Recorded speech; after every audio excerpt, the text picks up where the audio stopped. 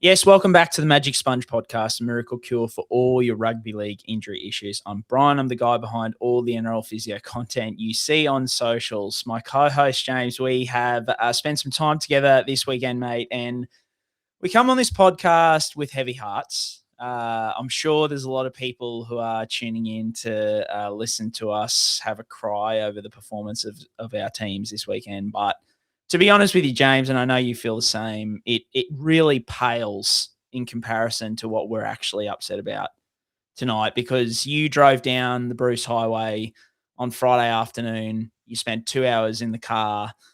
In that 2 hours, Tommy Talau had a non-contact change of direction knee injury in New South Wales Cup, and news broke that Valence Tafare, the house, had ruptured his ACL playing Japanese rugby.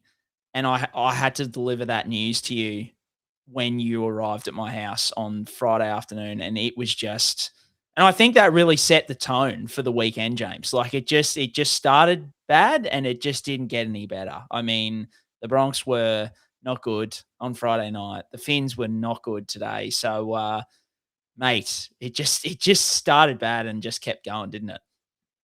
It was certainly a precursor of things that were to come on Friday night, Brian. It was a bit of a tough watch, the old Friday night footy there. Lucky we had a fair few beers and bundies to get us through that night because, geez, it was tough old sledding. Hot old night at Suncorp as well. It was drinking weather, so we had a few. But yes, the Broncos, they did ruin my birthday, so thanks to the Bronx. We got tickets for my birthday, but didn't really have a good time with that one. And we got the awful news about Valence Tafare and Tommy Talau, obviously two favourites of ours. The WhatsApp thread that we're both in was sort of lighting up, being like, "Oh, boys, you okay? And are we okay? No, we're not okay. But we're still here. We're fronting up. We're recapping the week that's been on a Sunday. So there's some other good news to talk about, even though we haven't had the respectively best weeks for our homerisms and our teams that we follow so dearly." Yeah, I feel like this is a support, like it's a support group podcast tonight for, for anyone who is a Tommy Talau lover, Valence Tafare aficionado, like we consider ourselves. Then you've come to the right place, because you'll only be surrounded with love tonight, because the boys were killing it. The Tommy Talau, he's over at the Roosters now with Jess Surgis, his wonderful girlfriend, and Val in career best form and just, struck down at their best. So hopefully, maybe we get better news on Tommy Talau. We'll talk about him in a second. But it sounds like Big Val is in trouble, and that hurts me dearly, because I genuinely wanted to see him come back for like Perth or PNG or something like that and absolutely tear it up, and so I could captain him every week in my SuperCoach. James, the one good thing I feel like to come out of this weekend, and I'm going to give you credit for this, even though I'm going to be the one riding this train or driving the train until Origin time. You were the one who brought this up to me, and I feverishly was Googling and trying to figure this out. Now, we've had the eligibility changes to Origin, right? It's come about, and there's been a lot of chatter, like on our podcast, we've talked about Jason Taumalolo, but that hasn't even really been the chat. It's been Adam Fanua-Blake, Britton Nikora, these kind of guys. Where are they going to go? But mate, how I let this one as the number one ticket holder to the Cody Nikorima fan club, how I let this one go through, because I want to bring it up on the podcast tonight. From my very, very heavy research, I believe that Cody Nikorima is now eligible to be picked for Queensland in Origin. So, I'm going to send this to Cody to confirm, because nobody's chasing this story, and I don't know why. Like, journos, liven yourselves up a little bit here. But Cody Nikorima, Ben Hunt nearing the end of his career in that 14 role. James, I throw to you, is there a better 14 option than Cody Nikorima for Queensland? I would argue no. Well, Brian, I said it almost condescendingly, because we do know, I'm pretty certain we did a bit of deep diving into when he came to Queensland and things like that. And it appears, per artificial intelligence anyway, that he is eligible for a Queensland jersey. And at first I was genning it up. But then I had a little think about it today, Brian. And with this six-man bench, if you're Queensland and you're chasing maybe 12 points in 20 minutes, who better to bring on than the man himself, Cody Nikorima, linking into the left edge with Selwyn Cobbo and also Hamiso Tabuai-Fidow. It just get the Dolphins left side on there and just watch the boys go to work. If we need some points, I tell you what, it'd be a juicy little 19th or 20th man if you just needed like a Hail Mary situation and you're just like Cody, strap the headgear on, the Queensland coloured headgear I might add, and get to work. Because he's done the business for New Zealand, played 18 games for the Kiwis, he's got more than 200 games under his belt at NRL level. He's done it before and he does freaky stuff. And, you just know if you put a Queensland jersey on him, he'd get the business done. So it was a G up, but I'm actually warming into it as a very vibey left field option for the Queensland Maroons this year. So let's manifest it this year, mate. We were talking it up every chance we get. Mate, Google says that he moved to Queensland when he was 12. As anyone who moved to Queensland between the ages of like 11 to 16 should change their own Wikipedia. Just say it on Wikipedia. 12. Yeah.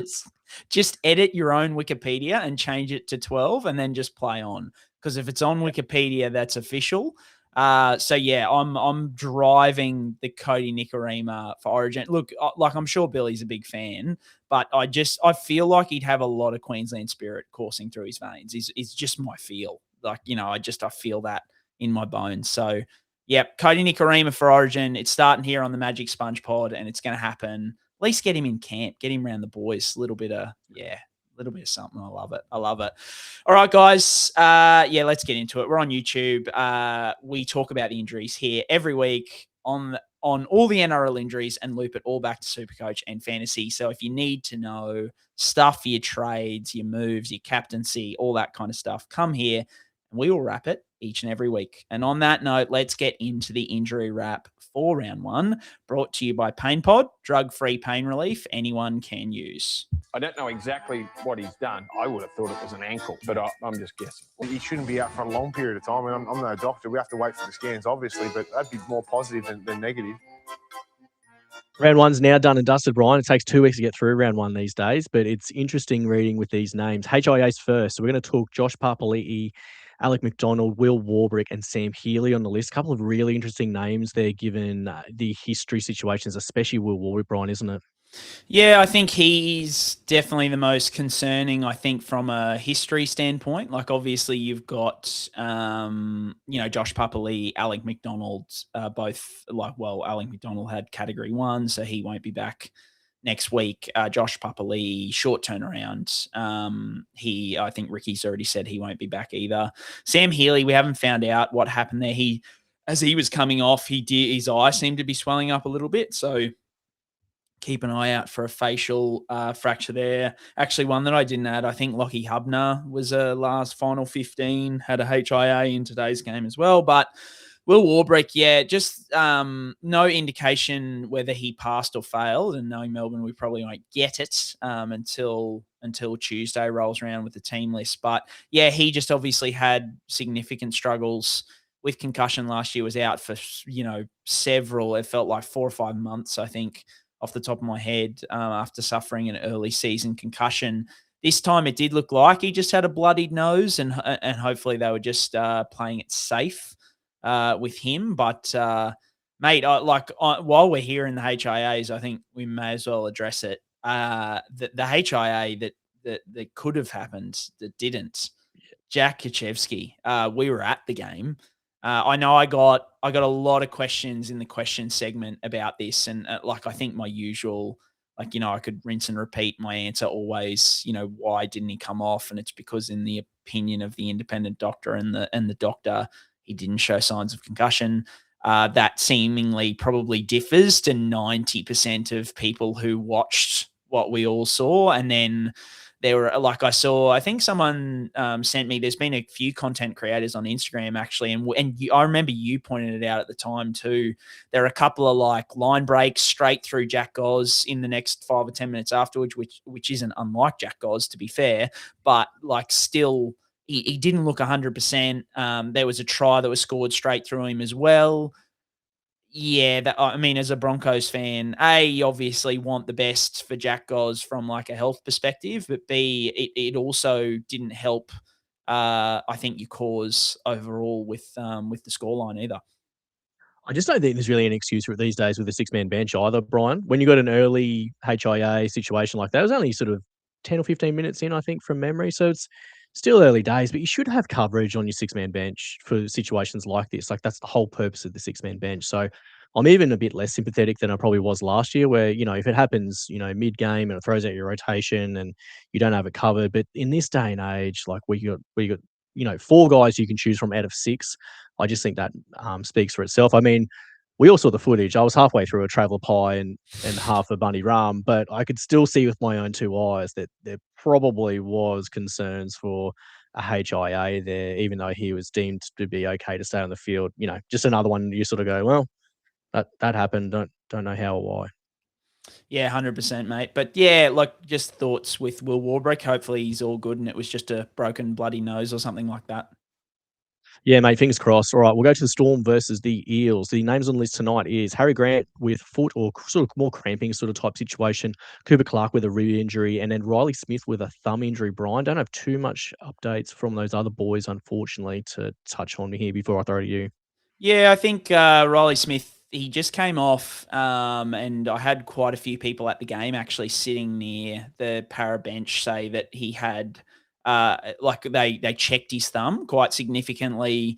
He seemed to have a lot of tenderness in around the base of the thumb, and they strapped him up and sent him back out there. So you would assume nothing there, hopefully. But yeah, as we know, with things like scaphoid fractures and stuff like that, there can be little bones at the base of the thumb, can have small fractures that could potentially result in weeks out. So something just to, I guess, monitor there from a Ryley Smith perspective. Cooper Clarke had a rib injury, as per usual with ribs. If he's got a fracture, probably 3 to 4 weeks, but if not, it's just going to be a pain management thing that he'll have to get needled up and probably a high risk of aggravation.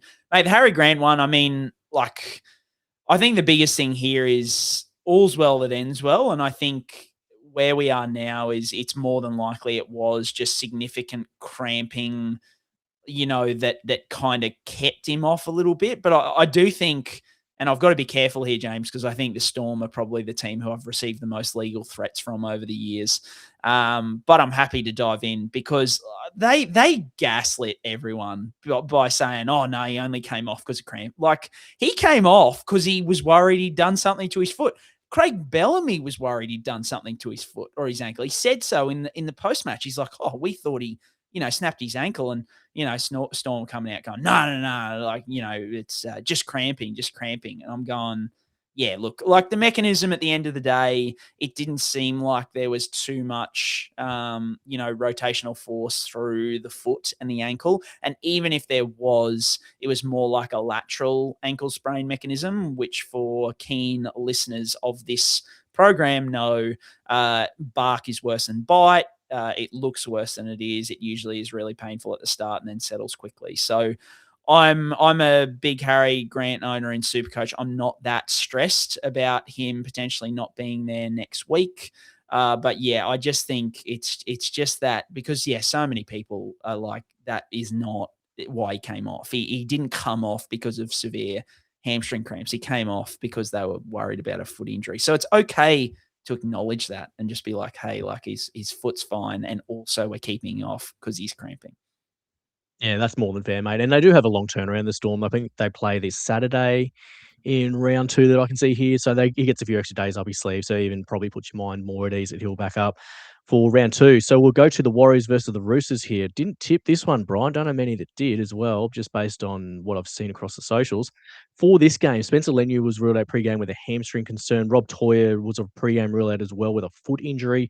And we got Jackson Ford with a shoulder concern, had a wow of a SuperCoach score. And then one of my boys, one of my all-time favourites, Tommy Talau, as we touched on earlier, moment of silence there for the integrity of his ACL and his knee by the look of things, Brian, isn't it?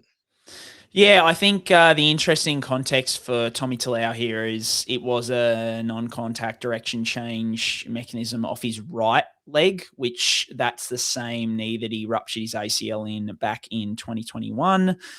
He was ropeable after it happened. So he did it, went down, like, immediately, got up, walked over, like, threw his mouth guard into the ground.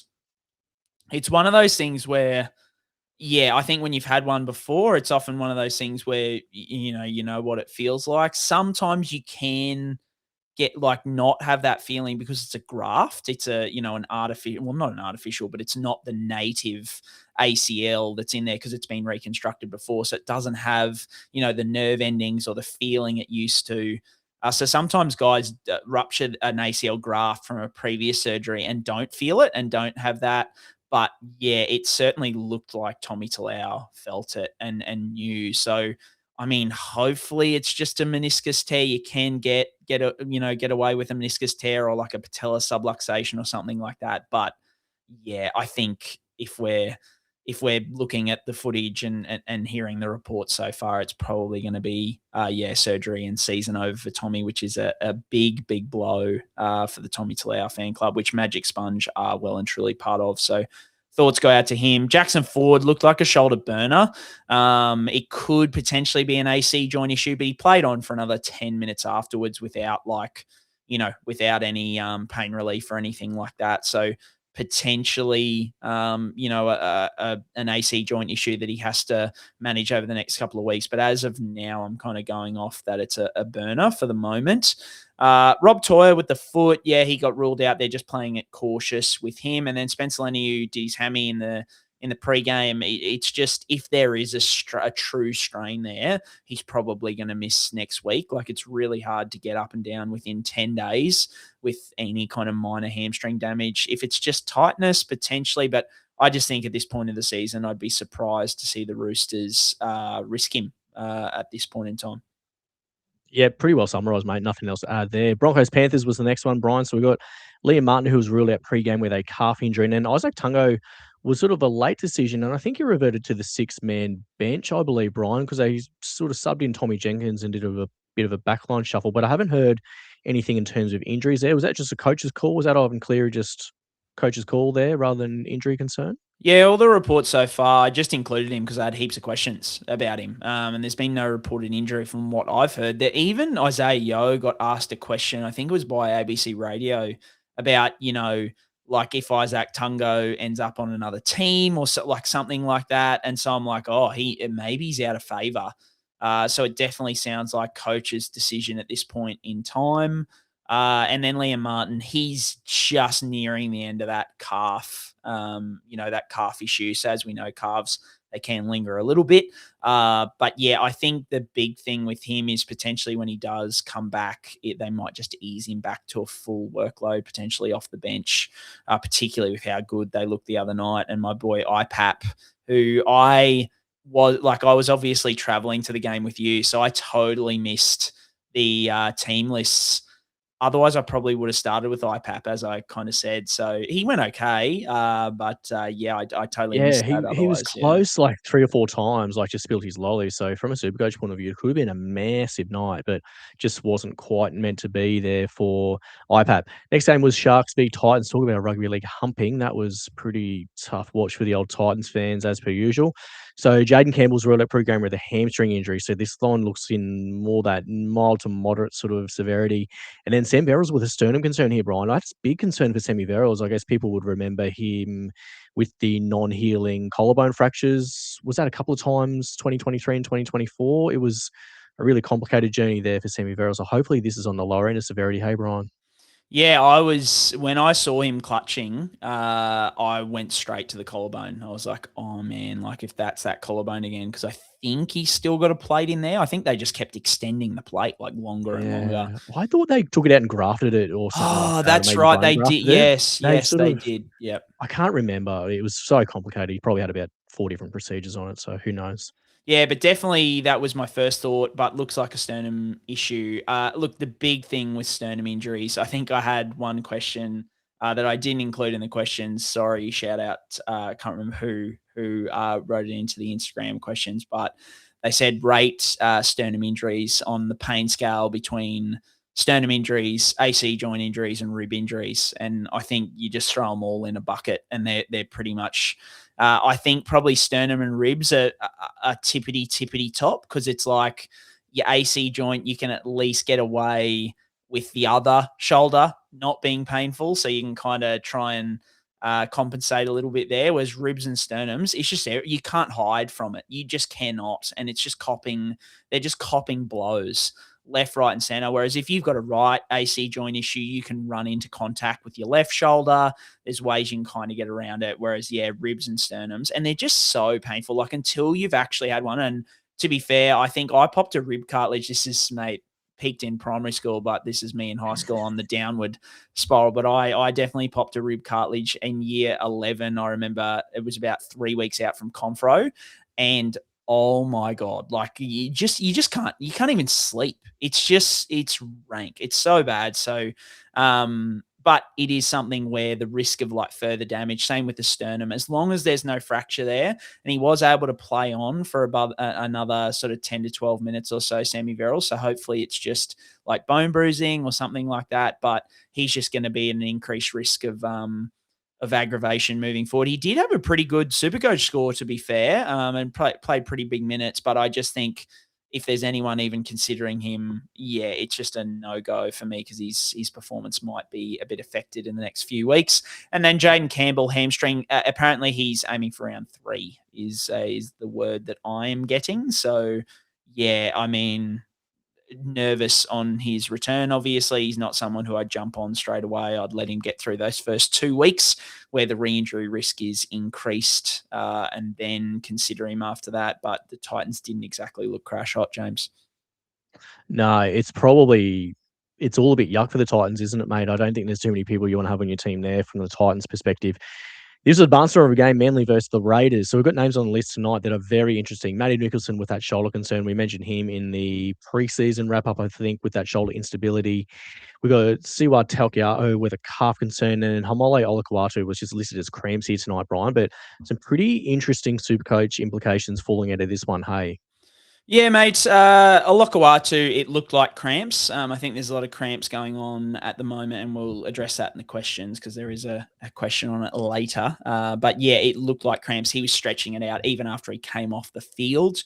He was getting stretched out on the sideline by the trainer. So you would assume there's not like a strain there, and it's more cramping. Taukeiaho, on the other hand, calf tear. I feel like he's had a lot of these like little calf hamstring kind of things over the last couple of years. I mean, looks good for Paseka, particularly with if it is a partial tear, you're probably looking at 3 to 6 weeks for someone like Taukeiaho, which definitely frees up the likes of Paseka. We saw Jakey Turbo with the headgear, mate. He's looking good, but I just don't think he's taking big minutes anymore either. So I definitely like it for Paseka. Matty Nicholson with the shoulder, mate. We don't have the full details as yet. I haven't seen footage. He did play 80 minutes, so it's always hard. To go back through a full game and find out when he re-aggravated it. But I just think at this point in time, obviously we don't have access to scans. We don't have access to assessments on him. But in my head, it's a fait accompli that he's going to have surgery. I just think we were already so down on how easy it came out in the trials. It just was from nothing and it slipped out. And even though it was only a subluxation, it didn't completely pop out and pop back in.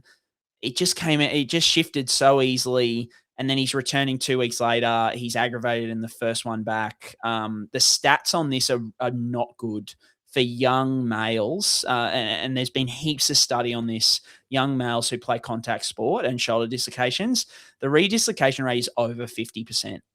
For any kind of recurrent instability, and every time it pops out or shifts out again, you can just do further damage to the joint. The redislocation rate after surgery is really fantastic. It's below 5%. So I just think that's probably where it's heading at this point in time, which once again wheels up Noah Martin. In terms of surgery, if he does get surgery, you're looking at usually around 12, best case scenario, 10 to 12 weeks recovery. So he could get the surgery now and still be back mid-season, which is why I kind of lean towards potentially the Raiders getting it done. Noah Martin absolutely killed it on the weekend because the other alternative is, okay, let's shut him down for 4 to 6 weeks, do some really thorough rehab kind of see where we can get him to. But if you do 4 to 6 weeks and it doesn't come up well, then you're tacking 12 weeks onto that. Like it's just going and going and going. Whereas if you know Noel Martin's a throbber, let's play him for at least the next 10 weeks and get Matty Nick to fix his shoulder up, then you're laughing. So that's kind of where usually 3 to 5 months is the range, but it just depends on how much damage is in that shoulder so far. Mate, what are your thoughts on Paseka with Taukeiaho with the calf, and then Noel Martin from a SuperCoach perspective? How I own Martin, but I don't own Paseka. But say you didn't own either, how desperate would you be to get in either of those guys before round 3? Oh, geez, I don't have either in my team as it stands at the moment, and I'm chomping at the bit for Noel Martin. I think just it looked really good, played 80 minutes. The role clarity there's just shored up massively since we spoke about him pre-season. I kind of think, to your point about Matty Nicholson getting the shoulder done, I do agree with it. I think if they're going to do surgery, it's probably best to do it right now. At least you've got Zach Hosking in the wings. At least you've got Simis Sungi, who look really good at centres, who can drop back to an edge and bring Timoko in. So you've got a little bit of depth there and a little bit of cover. So if you're going to do it with Nicholson, I'd go now. I'd kind of like Paseka just as a plug and play front row 3 or 4, though. It's pretty good because at the moment I'm running Haas, Mooney, Utagamanu and Aram Howe. So I could drop Utagamanu down, save 200 grand and probably get the same output. So it's a pretty tempting little option. It just feels like a bit of a luxury trade at front row, I suppose, where I don't want to really burn a lot of trades. So I think for me, Noel Martin's probably the one just because of the amount of roster slots you got in the second row, and his ceiling looks so good. Ricky Stewart was absolutely slurping him in the post-matcher as well. So that's always a good sign because, mate, Ricky doesn't talk up his boys all that often, especially the young ones. He normally rides them pretty hard. So if he's slurping them, I'm slurping as well. I'm taking turns on that thing. So get me into that. Right, Brian, last game of the round is the Dolphins v. the Rabbitohs. So out of this one, Kurt Donohoe, we mentioned, I think it might have been last week with that hamstring injury that he suffered outside of training, I believe. He was doing something separately to training when that happened. Then Ashton Ward looks like a ankle syndesmosis injury as well, Brian. So that's a bit of bad news for Ashton Ward. All the bunnies, they want to put the myth to bed that they're cursed, but it's not going to plan quite yet for the bunnies, is it, Brian? They want to put it to bed, but I don't know. Is that waking the curse up when you address the curse? Oh, mate, I've never seen a more and this will show like my what are we, Gen X, Boomer, Millennial, my millennial status.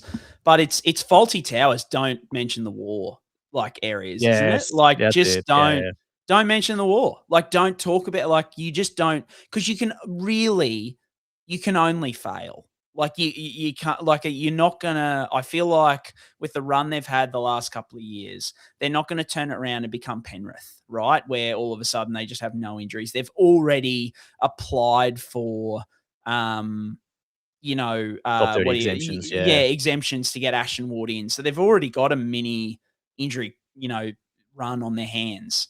But for anyone who's not in the broadcast channel on Instagram, there was an article where the Rabbitohs have come out and said their injury curse is over because they've hired new staff, and all for hiring new staff, changing things up. I think that's fantastic. And I'm sure people are going to be like, this is all sour grapes because the Finns lost today. But I sent this through the broadcast channel way before the game today. It's just, you just can't talk about it. Don't talk about it.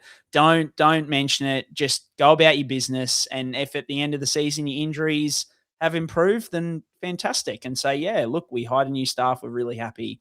But just don't say, I feel like, and I'm a bit of a, as we know, we love our, conspiracies and our, I'm very superstitious, and you can't address it. Just don't mention the war. So Ashton Ward, syndesmosis, they're saying low grade at the moment, which actually surprised me because when I got home from the game today, I saw he was non-weight bearing in the sheds with ice on his foot on crutches. So, they're confident low grade, which would be usually 2 to 3 weeks. If it is higher grade surgery, 6 to 8 weeks. I think had plenty of people message me, and this was an inspiration for why NRL Physio started all the way back. But Cam Smith on the Channel 9 coverage, we love Cam, Queensland legend, but said, syndesmosis, that'll be 3 months, 12 weeks, he said. And I was like, well, Cam, not since 15 years ago. But, so not going to be 12 weeks unless there's a major fracture there or anything like that. So 6 to 8 weeks, worst case, 2 to 3 weeks, best case for Ashton Ward. And then Kurt Donohoe, yeah, I mean, this is maybe a bit of secret squirrel stuff, but I'm sure the big brass at the Dolphins don't listen to our podcast, hopefully. But yeah, I heard Kurt Donohoe injured it, not at Dolphins training, off doing, something that he shouldn't have outside the club, which, man, for me, like, we're already down JMK. Maxi Plath ain't back. Like, yeah, not ideal. So, I did get told it was only a minor hamstring. To be specific, grade 1A, I believe, was the tip. So, hopefully only like a week out. I think they said he's aiming for round 3, but shows you how easy hamstrings are to aggravate, I think is probably the biggest thing. Yeah, well summed up. Lucky last on the list, Brien, is Terrell May from the West Tigers. He's been, I guess, sort of diagnosed with a knee infection recently, so that probably doesn't put him in doubt for round 1, but it might be a little bit of a sneaky watch for this week, hey? Yeah, mate, nothing too crazy. Just wanted to mention our first infection of the year, James. Get back on it. Got the tinfoil hat on. We're here. Hopefully, it sounds like nothing too crazy, but we'll tick off our first infection for the year and hope that it doesn't become what 2025 was for the infections. Let's go on to the Muscle Nation Recovery Room. So we are answering your questions in the Muscle Nation Recovery Room. We'll get to the questions that you have on the biggest NRL injuries, but also sports, performance, and recovery.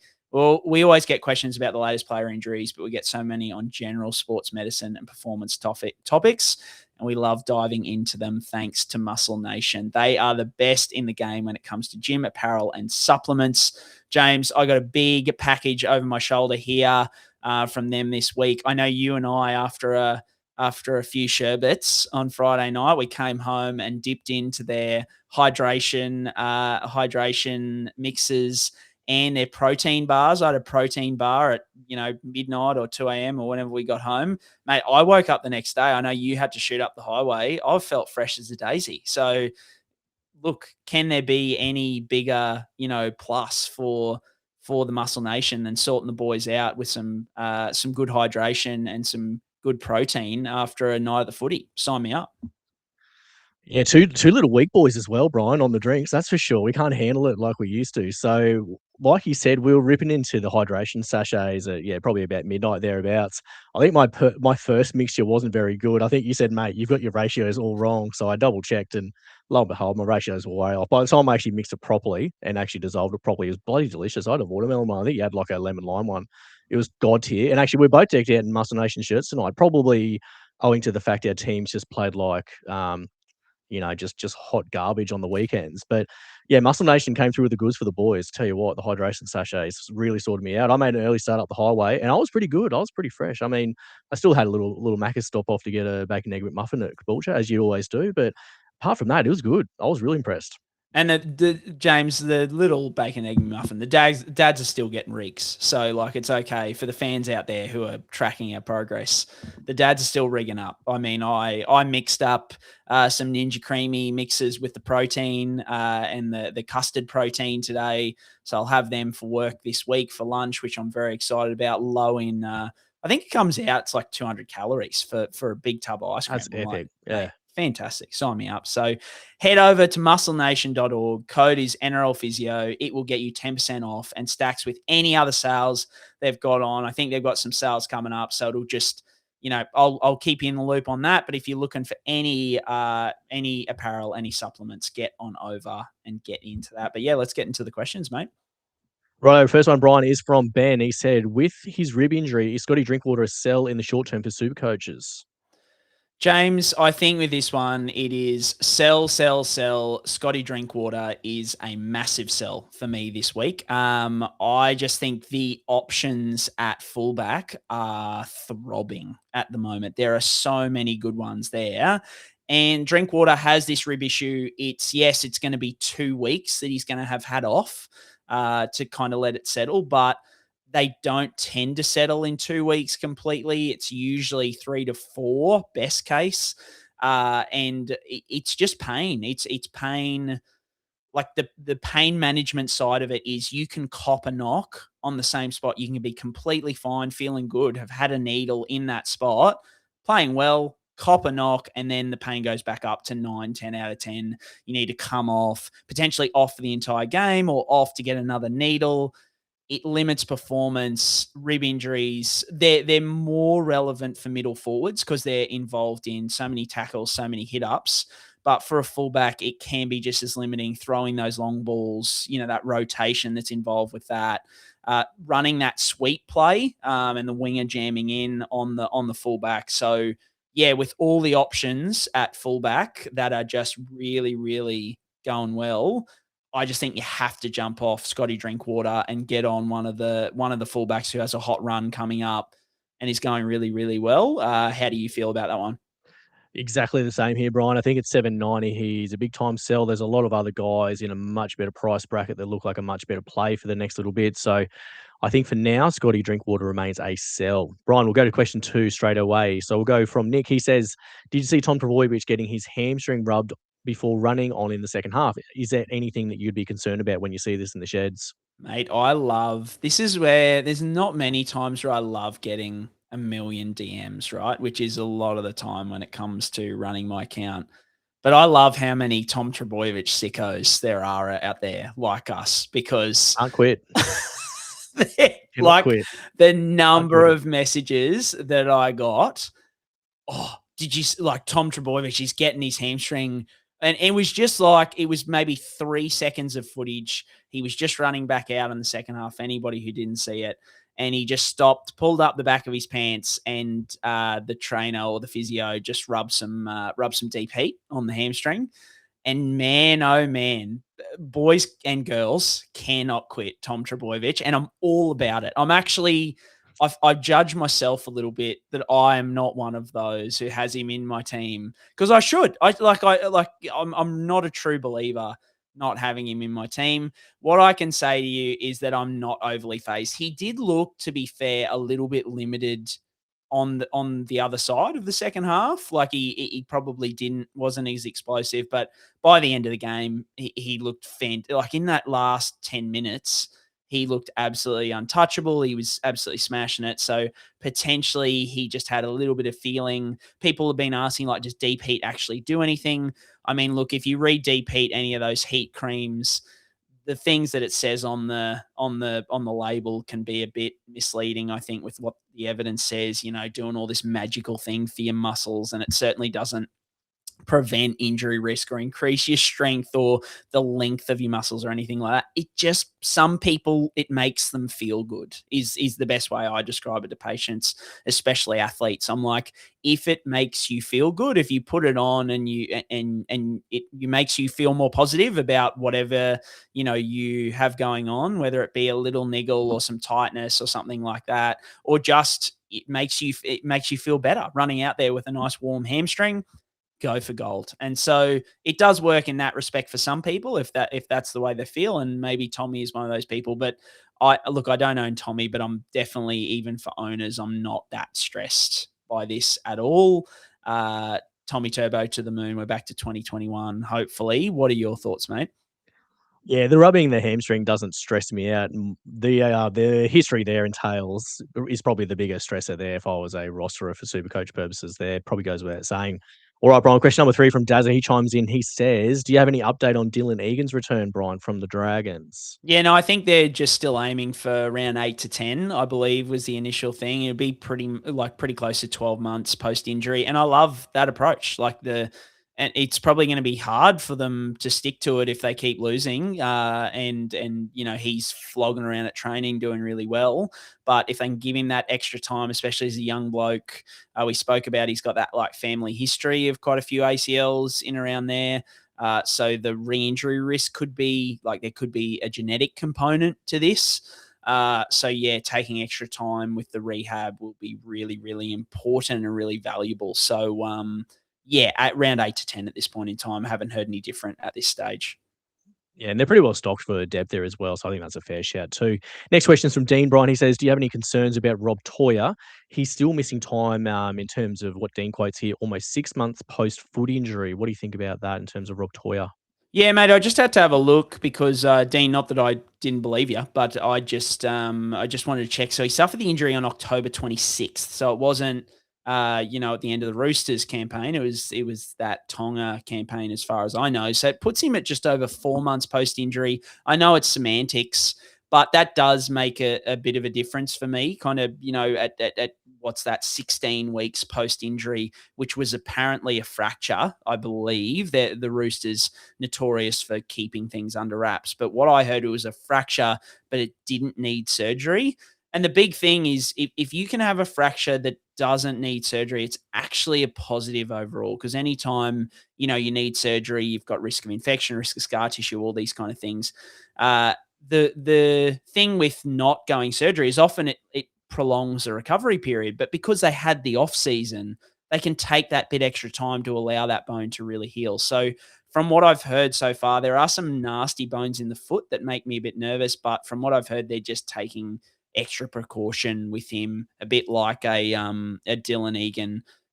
Toya's had so many struggles with injuries, his ACL and stuff like that. So I haven't heard anything concerning. I haven't seen anything concerning at this stage to make me worried at this point in time. I'm a heavy investor for a lot of draft leagues. So, I'm still a believer. What about you, mate? Yeah, no concerns with me either, mate. I don't think until you hear anything differently, then just keep the faith there for Bobby Toia, their Queensland Spirit.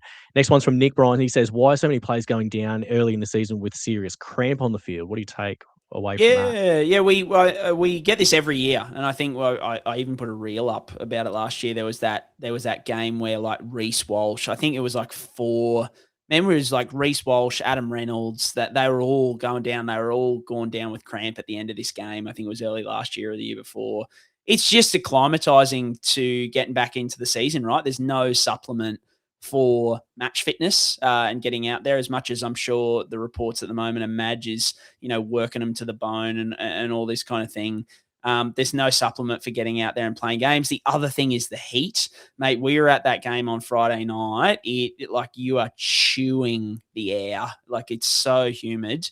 I think someone put up like you wouldn't want to be in the Perth Bears playing a game early in the season because I think the temps hit over 40 over the weekend in Perth. So that's going to be an interesting thing for the NRL to manage when the Perth Bears come in. But it's the heat.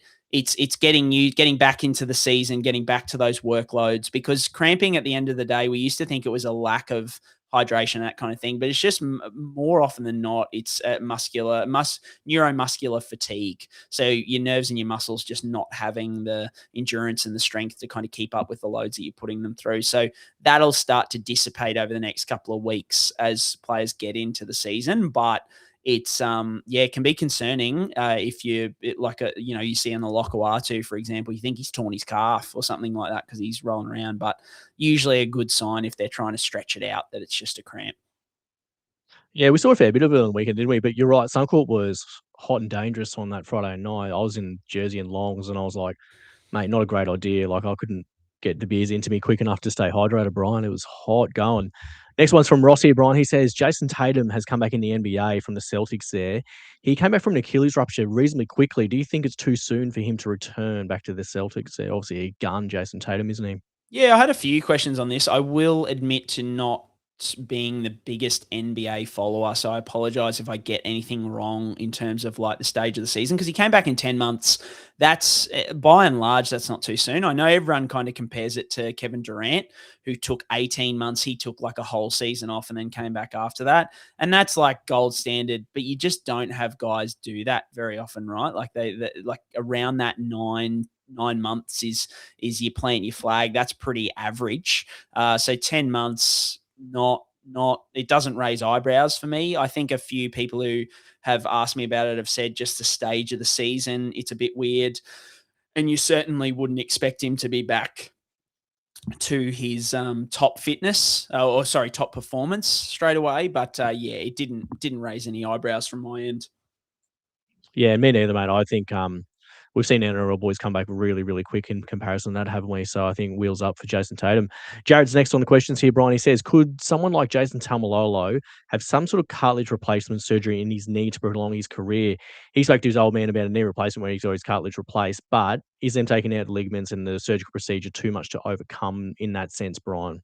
Yeah, I think this is a really good question. It was actually from one of the Magic Sponge Draft League group chats that I got. I've had a few knee nerd questions in the draft chats over the last couple of weeks, and this is a good one because like people hear about once, and it's probably usually people in their family or people they know, they get bone on bone, their knees or their hips, shoulders sometimes gets too much and they just go and get a replacement. It's like, can athletes do this? And I think there are certain situations where you can do it. So like Lindsay Vonn, the skier that we talked about on the show a couple of weeks ago, she had a partial knee replacement where it's not the full, like a heap of metal in there. It's just like the surfaces that they replace.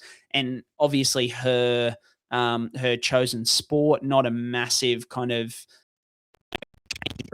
kind of sport, which she can get away with. But the probably the best one for rugby league examples is George Burgess.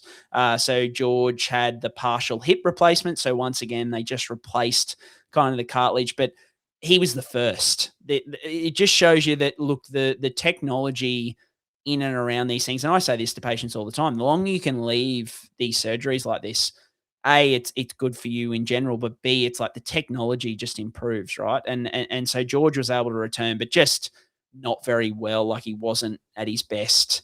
And especially with a knee, there's a lot of force going down through there. Once you remove the ACL, ligaments, those kind of things, the stability just isn't there. It's just not built for change of direction contact sport, unfortunately. There are a few surgical procedures that they're starting to come out with. Actually, our good friends at Arthrex have a few where they kind of take out some cartilage, turn it into a paste, and then paste it back over any cartilage defects and sort of see whether that can grow the cartilage back. But I think cartilage regrowth is like I hear about it talked about all the time. It's the holy grail of like musculoskeletal and orthopedic medicine, right? As soon as somebody can figure that out, how to regrow cartilage like we regrow muscle and we regrow tendon and we regrow ligament, they're going to be a very, very rich man or woman. So unfortunately, the knee replacement just not an option. No, the other thing to consider as well, Brien, as well, when you see people get elective knees and hips done in their middle years or their older years, is those poly sort of spaces that go in between them. They don't last forever either. So if you're playing high level sport, it doesn't have as much longevity. I guess as you get older, you're not really running or jumping or doing high intensity activities. That's why they last. I think most of the data now is up to sort of 15 or 20 years with those ones, and they're pretty good. But the issue is if they don't last that long, you have to do a bigger revision surgery when you have them done again. So that's why they don't like doing it in people of a young age as well. So that's a good consideration to think of as well. Lucky last year, Brien, for the Muscle Nation Recovery Room questions is from Jad, and he says, is Ryan Couchman worth buying in SuperCoach, Brien? What do you think? It's a good question. Mate, well, I think this is a good segue because we're like SuperCoach Corner's up next. So as part of Jad's question, I think let's move to SuperCoach Corner and we'll answer his question in SuperCoach Corner. So I want to throw to you. You're the better bloke than me this week, which, I'll let you have one to start the season. You did say that you've been on the Baller website all off season studying hard, so no surprise you've absolutely nailed week one, mate. So give me your score, give me your plans, and then in amongst it, speak to me and Jad about Ryan Couchman, about whether you'd move on him. All right, let's tie it all together. So I scored 14.49 this week, so it almost feels a bit like par, Brien. Like when I saw it, I was like, far out, that actually makes me feel good, gives me a little kick of serotonin where I need it the most. But in amongst everything else, I was like, I don't actually think it's a monster score in between everything else. So anyway, we'll see how everything else shakes out and where I land for the first week. So this week I've got KPP to come in because I've got Critter on bye, so that's a good little sub in for me to get a little bit of strength back in. So in my squad, I look at the trade-ins that I need between now and round 3 being Suafar Longo, Noah Martin. I don't have Lissardi or Joe Chan or Ryan Couchman, so I think those guys are probably really hot in my radar here at the second row full position. Simi Sasungi as a dual look pretty good as well. $10 per second we mentioned at front row looks pretty good. Then I've got Makasini this week. I don't have him in at the moment, but I think him versus the Cowboys this week may well be too good to pass up. I ideally wanted to wait till round 4 to bring him in, but I feel like far out, if he's playing the Cowboys and he's starting left winger, I sort of want that pretty bad. But I do want to probably stick with round 4 because I want to roll out Bradman this week versus Manly. So Bradman's my point of difference, but he's not really probably doing the business as much as I want at 650, so he might be my move on. The gun range guys who caught my eye this week, and I think it's yours as well, Ron, we talked about this off air. Keon Koloamatangi looked unbelievable. Billy Kakao looked unbelievable. Cam Murray and Big Red Corey Horsburgh. No surprise, like those really big minute playing guys in, the back row and 13 position are really good options there. I want to wait for Tommy Chester till week 3. I don't have him at the moment because I really want to see if Zach Laybutt gets named. But if Tommy Chester gets named in week 3, they get the Titans. So I'm like, well, that's definitely going to happen in week 3 for me, but like boost it all, whatever has to happen there. And I need to make sure I've got cash for round 4 to bring in Reece Walsh as well. So I guess at the moment this week, the way I'm shaping it up is it's either Noah Martin, Lasardi, or Joe Chan for Cooper Bye. I'm just going to do a straight swap there. Then I'm probably going to trade in Suafalongo for Tino in the flex. My final option is a boost for Macassini from Brandon Best or Siosiua Taukeiaho.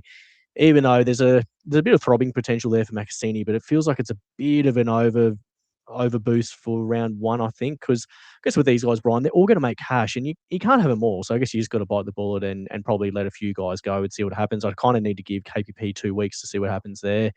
So there's a lot of options there this week, but I think Tino, just looking at how the Titans shaped up in 50 minutes, I was like, well, I could probably move that on for heaps of money, and then Suafalongo, is a really, really good option. I just thought he looks so good for the Storm this week. The Storm's draw looks so good, Brian. And I think to your point about the 6 again rules, I think that puts these really vibey fullbacks who get a good run back on vogue. So I think they're really good things to consider. Ryan Couchman, I think, is definitely worth a shout, going back to Judd's question, Brian. I think it just depends on if you want Couchman, if you want the Storm back rowers, or if you want Noah Martin. I think it probably goes Noah Martin, Chan or Lasardi are probably your 2 or 3, and then Couchman probably your 4 at the moment, depending on what happens with the bench with the Dragons, because you've got to remember that Jacob Little will probably come back in there. So whether he gets more minutes or less minutes, I don't know. But, the 2 Storm guys look pretty damn good. And then also Noah Martin, his job security, all like within the space of a week, has just shored up massively. Like before this week, we were like, well, Zach Hosking's lurking, Simi Sasangi's playing centre, and Matty Nicholson's playing cup, he'll be back pretty soon. But now Noel Martin's just like got his hoss out and been like, oh, just give me a double of meat pie straight in week 1 and give me 80 minutes. And Ricky's in the presser going, yep, he had a great off season. I love what he's about. He's bided his time. He's been patient, and I'm going to reward him for it. I was like, mate, the tea leaves are Noah Martin, isn't it? Really is the way I look at it this week. I think he's nearly the guy you got to get in your team, in a good team. The thing is, the Raiders are a good team. He's going to get 80 minutes. I think you just want those big minute guys with the way the scoring system is now as well. So that's my wrap, Brian, for this week for SuperCoach. How did you go? And give us what your plans are for, this week and the next couple of weeks, what you want to ideally look towards before. Because I guess between now and week 3 is really the really important weeks to get right, isn't it? To sort of fix up a few gaps in your teams. Yeah, mate, I will lead off because I want to mention we went as a trio to Friday night to the footy with our good mate Riser, who, for any listeners, was the guy who won Magic Sponge League 1 last year after drafting all of the Broncos team, effectively. I think he drafted all the Broncos, and then Sam Walker, who missed like over half the season with an ACL rupture. He drafted Sam Walker in the first round. This year, I think he drafted Ezra Mam in the first round, I believe, potentially, or Gemmet. Maybe it was Gemmet Shibasaki. But I don't know if you've seen in that draft league, but I rolled him by like 40 or 50 points. He and I had the lowest scores in the league by 200 points. We were like wins. 550. They're the best wins. I scored 550. He scored 500, and the next closest was 750. I like that. That's so So good. you better believe he'll be hearing about that once I get off this podcast. I can tell you right now. I scored 1353. I don't know. Like I feel like it's an okay score, but I just feel like I didn't do much right. Like I did. The only thing I did super right was I captained Nico. I brought him in, and I only did that after I kind of saw the way that the games were going, and I was just like, I just need to pick the main guy in the team that I think is going to win by the most this week. I think after Melbourne, that's when I did it, is I saw Melbourne and I was like, I just need to pick. And I mean, I could have picked Braden Trindle, who seemed to be the main guy, but yeah, Nico was still immense. I just think overall, and there's probably going to be smarter, footy minds than us and maybe Supercoach minds or whatever talk about this. But my overall take from this round is we all got it wrong. And what I mean by that is we sat in here and said, oh, these scoring changes, going to this new scoring system, it'd be big for centers and it'd be big for middle forwards and I was big on that. I know there were plenty of other Supercoach people who are big on that. But I certainly didn't. I think not many people took into account these NRL 6 again rule changes that are just taking us back closer to the great year of 2021. And I think the rule from 2021 is you just get throbbers in the halves and fullbacks. You need throbbers with soft runs, look at their run and see, because teams who and look, it's only one round, so I don't want to overreact too much, but I just get the feeling that teams who were going to dominate a shit team before and win by 20 all of a sudden have a real opportunity to win by 40 and not much, they don't have to do much differently. It's just the 6 agains. Like I spoke to you today and I was there at the game today. And this isn't like a ref's faulting thing. It's literally just commenting on the state of the game, is that after 25 minutes, the Finns were getting rolled through the middle. And I was like, oh, we've still got our big boys on there. Like, what's going on? Pulled up the NRL app. We had 30% of possession. So they'd had 70% of the ball after 25 minutes. And the 6 against the penalties were 6-1 or 5-1 at that point to South. And so absolutely, once again, not refs faulting. The Dolphins made those infringements, but it just shows you how it just teams can get a roll on. And I'm sure that happened at other times throughout the weekend. And I probably just didn't pay as much attention because it wasn't my team and I wasn't there kind of watching. But I saw the Finns forwards they were out on their feet. In around that, when Tommy Flegler and Tom Gilbert came off and even Morgan Knowles, they were just absolutely spent.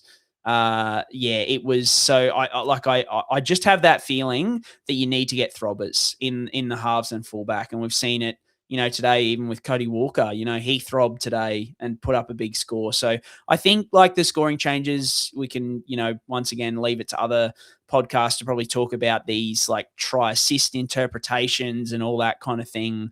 I think that's just as hard as ever to predict in terms of what is a try assist and what isn't. But I just think with the rule changes rolling it back, I think, you need to aim for throbbers who have soft runs, and you need to look at games where you're like, that team is a heavy favorite because that team could easily beat the other team by 40 and put up huge scores. So for example, and where I'm going with this is Reece Walsh in my team at the moment. He was the score that dropped out of my team at this point in time. Now, look, I might be sitting here in 2 or 3 weeks' time saying the opposite, but I'm so excited to have Reece Walsh in my team over the next 6 weeks, because I just see matchups where I'm like, if the Broncos can figure it out, which hopefully they can, Reece could put up 200 points in a game if things go the right way and these rules are in place and those kind of things. So, pretty excited to have some throbbers and hopefully Reece between that.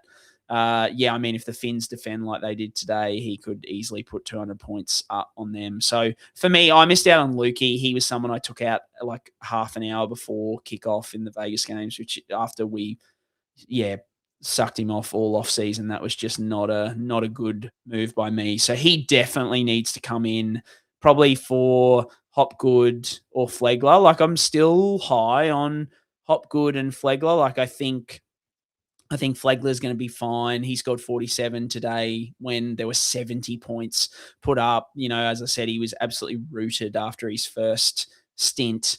But the cheapies are just going so well, man. I think that's the thing, is those bottom dollar cheapies. Yeah, Paseka, put up 60 odd, but there's guys putting up 60 odd at 230K. So I'm not loving any of those mid ranges who aren't elite. And the reason Lukey, I look at him is his base, with the attacking upside, I think he can be quite elite. So I'm looking at that trade on that, kind of mindset. I think like Chan and Lasardi are interesting. Chan probably more so just because of the job security, but Lasardi looks so good. He's so good, mate. I just wonder if he gets the gig. Like he looks so good. He's such a workhorse. I love him. Yeah, so I wonder whether I wait a week on those two just to kind of see how that rolls out. But I really want to go. I want another throbber in the flex because at the moment I've got Nico in the flex and I've got the two cheapy halves.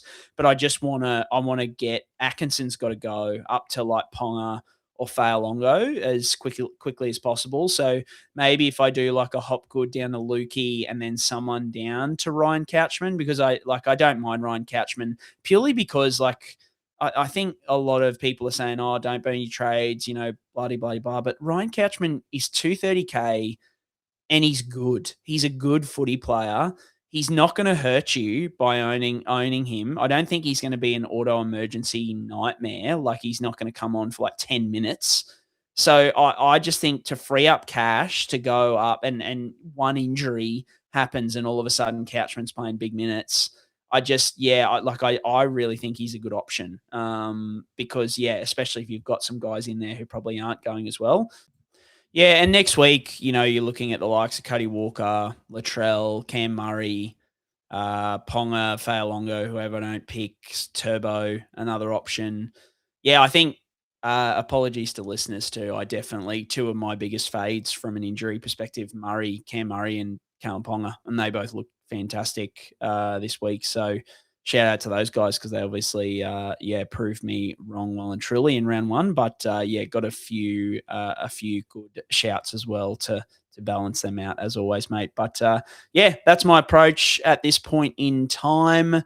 Mate, have I missed anything there, or that looks pretty good? I think get on Baller, and look at those soft runs. Definitely. I think is a big one. Like they've got some good tools over there to help us out.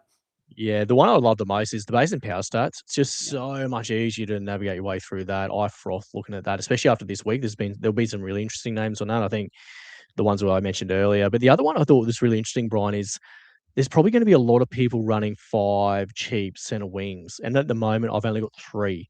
So I think that's going to be a really interesting watch to see what people do at centre wing, because this is just a little bit of a deep dive into this. Sorry, Brien, while I've got everyone is I was looking at Aman Talks NRL SuperCoach. One of his posts that he's put up is about the runs that those 5 centre wing cheapies have, and you can play like 3 or 4 of them per week because of the runs they have, and it's just gold. And I was like, is this good? Is it not good? Because at the moment I've only got 3. And when you look at Macassini's run, he gets Cowboys, Souths, Warriors, Para, Newcastle, Broncos. It's kind of a no-brainer. Hey, you just like, that's a run. Like he's a better go at 230 rather than rolling out Bradman Best at 650, despite whatever the averages say, because you can make that money up elsewhere, like you said, in the halves or fullback. So yeah, if you're interested, check out Aman Talks NRL SuperCoach. Really good stuff he's got, especially around the viability of 5 centre wings that are cheap. And it just looks the business. And I'm like, far out. That's like really good information. And I kind of feel like I may need to move on Best and Tamale and keep Critter and Latrell as my big 2 guys. I don't feel great about that because Latrell's a bit of a risk, in terms of, and they both have early buys. Like Critter's got a round 2 buy, Latrell's got a round 4 buy. So I kind of want 3 that I can rotate through there a bit more. But it looks like 5 centre wings is really, really viable. Just hopefully Macassini gets named this week and then Chester gets named all the way through week 3 and onwards, and they become really, really playable assets. So, and guys that'll make bulk cash. I think this year it's not going to be a struggle to make bulk cash, Brien, but look, is it? Yeah, I think, and the other thing too, on top of the centre wings, is there's just playable cheapies, right? Like Noel Martin, you can play him. Arama Howe played 80 on the weekend, looked pretty good, provided he doesn't get dropped for Paxton, which could be a thing. But, Joe Chan, you can play him pretty much week in and week out if he gets that spot. Ryan Cashman, it remains to be seen whether you can play him, but there's just a lot of cheap dudes who you can plug into your team. So I think you can afford to, to downgrade and upgrade and chase some of these higher upside guys. I think, for me, as we all know, sitting on trades is not my forte, but I just think, I think this year you got to move or you get left behind a little bit, is my kind of gist. I think I see a lot of people out there in the SuperCoach world kind of saying, just chill out, take stock this week. But the season so far is showing me that we're not at 2021 levels, but we're moving back in that direction. So, yeah, something to ponder. But yes, that's us for this week. If you like the pod, as always, give us a review or recommend to a friend. Yeah, mate, we couldn't wear our jerseys tonight, Finns or Dolphins, unfortunately. Lucky we got the staple, the Muscle Nation black tee to get us through. But yeah, hopefully a better week for both of our teams, and we can have something to celebrate next week. And no injuries. I think all the comments once we found out that Tommy Talau and Val had done their ACLs, there were quite a few comments in there like, oh, please say a prayer for Adam Dewey. So hopefully. Oh, don't jinx anyone else. Yeah, Don't hopefully the baller, I think it was Sean was in there as well. We're all saying, prayers up for Adam Dewey. So hopefully the Magic Sponge boys don't have a curse on them this year, but we'll see how we go. But see you all again next week. And as always, up the mighty, mighty Redcliffe Dolphins.